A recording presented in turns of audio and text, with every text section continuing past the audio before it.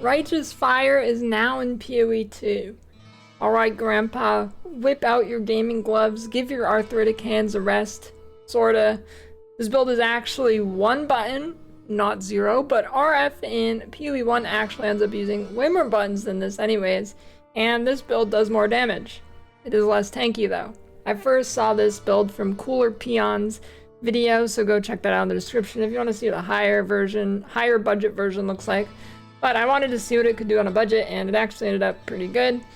And check the written guide in the description for extra updates and extra info. I update that more than the video, because obviously I can't go back and update the video. If you don't know what RF is, Righteous Fire, it's a PoE 1 skill that puts a ring of fire around your character and you walk around and stuff burns. This build is similar. A ring of fire comes out of your character and ignites everything on your screen, but requires you to press 1 button. There's probably a way to fully automate this with like something like Heartbound Loop, but I haven't looked into it. And you can also do something like Thorns with this, but how much damage you take in this game, I opted not to get hit more than I really needed to. So how does the build actually work? Buckle up, there's a lot of information to this.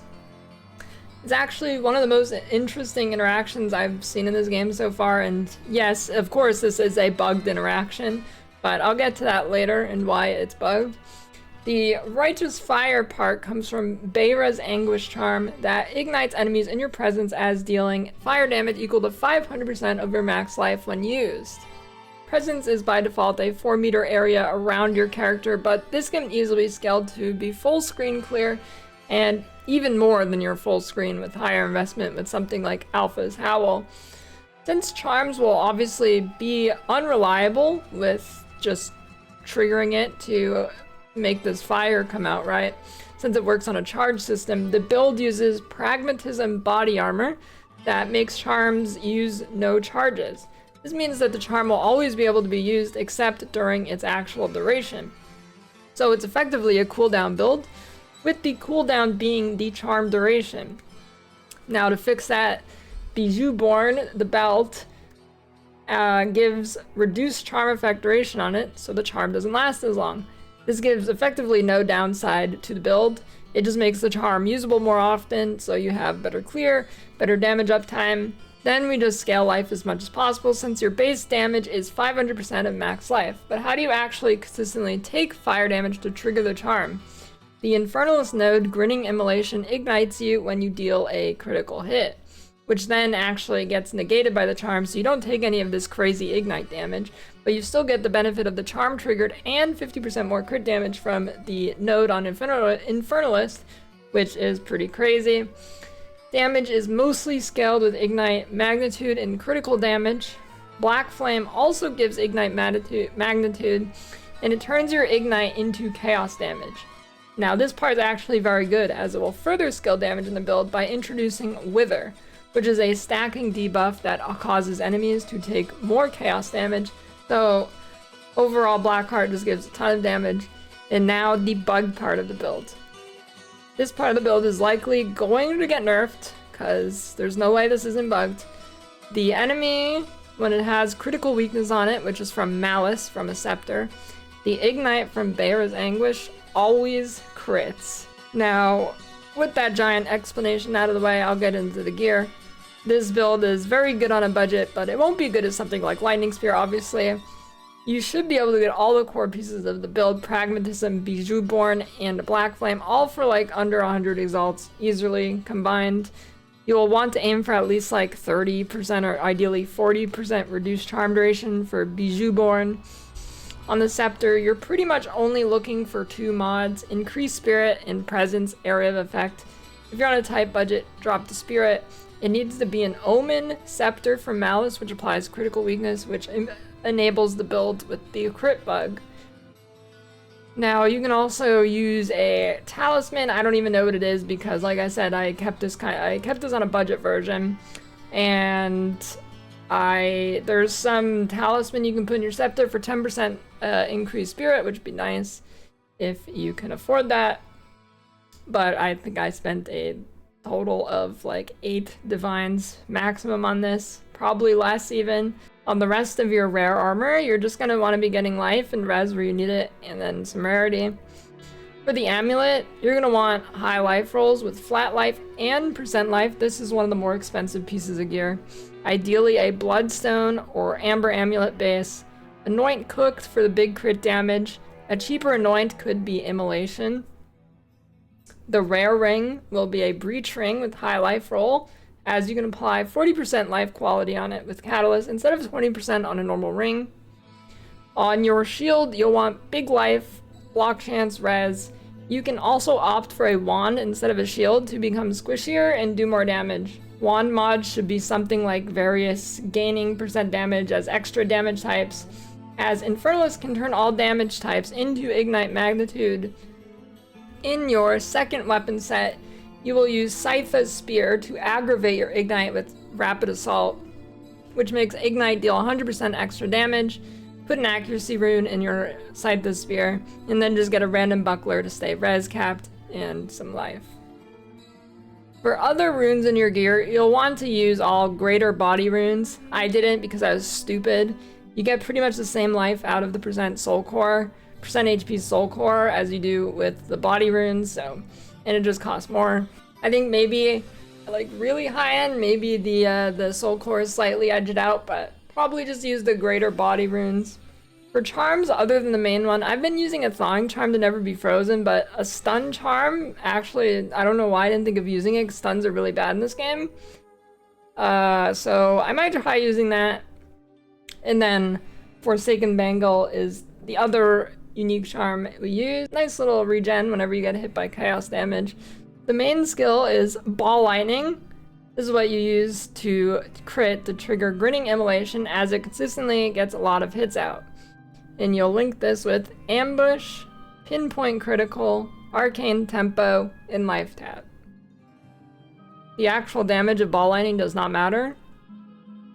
And then you will use Rapid Assault to buff single target damage on bosses with Saithas Spear, linked with Hit and Run, Lacerate, and Martial Tempo. Note, Hit and Run will make it so you actually have to move around to be able to use Rapid Assault. Those are the only two active skills in the build. Now for Persistent / Aura Gems. Your Hellhound from Infernalist gives you link it with Loyalty for some 10% damage reduction that meets shields so dies less, Elemental Army, Last Gasp, and Minion Mastery. Doesn't really do any damage, but it just keeps you alive a little bit longer. Withering Presence. This applies Wither to the enemy. You link it with Persistence so the withers last longer. Cannibalism, just to get some extra life on kill. And then Chaos Mastery. Blasphemy. Temporal Chains, Heightened Curse, Despair, and then you would use Ritualistic Curse as well. Mana Remnants. This is kind of like Grim Feast, but for mana. It spawns mana remnants all over. You go pick them up, you get more mana, you can overcap your mana. Dissipate makes the remnants have more effect. Magnetism makes them pick up further away. Clarity, you get more mana regen. And then optionally, you can run Blink in your offhand to swap weapons and then blink without it taking any of your main spirit. And just a note, Cast on Charm doesn't actually do anything with this build because of pragmatism. It needs actual charges to consume, so don't put anything in there. What else does the build get out of Infernalist? So the most important node is Grinning Immolation, which I just talked about earlier, since the Ignite enables the charm. Then, like I just mentioned, Bringer of Flame counts all damage types toward Ignite magnitude, but if you aren't using a wand with gain % damage types, this actually doesn't do anything since, well, you're only doing fire damage anyways. Well, technically chaos, but you know what I mean.